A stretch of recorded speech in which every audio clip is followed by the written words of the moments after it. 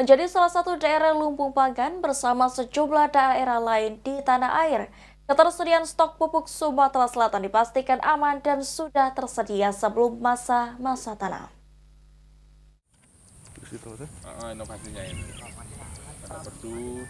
Dalam pertemuan Rakor Pangan di Gria Agung Palembang Senin lalu, Menko Pangan Zulkifli Hasan memastikan jika stok pupuk di Sumsel dipastikan aman dan sudah tersedia sebelum masa tanam tiba.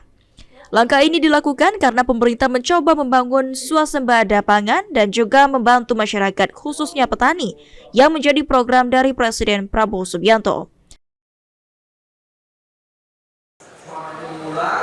Alhamdulillah dari segala langkah ya, kami komunikasi tidak ada keluar sama sekali stok pupuk.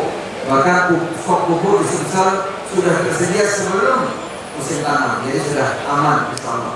Kira-kira itu secara besar, saudara.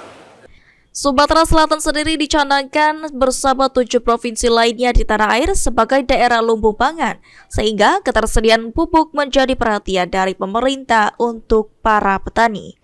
Tim Liputan PAL TV.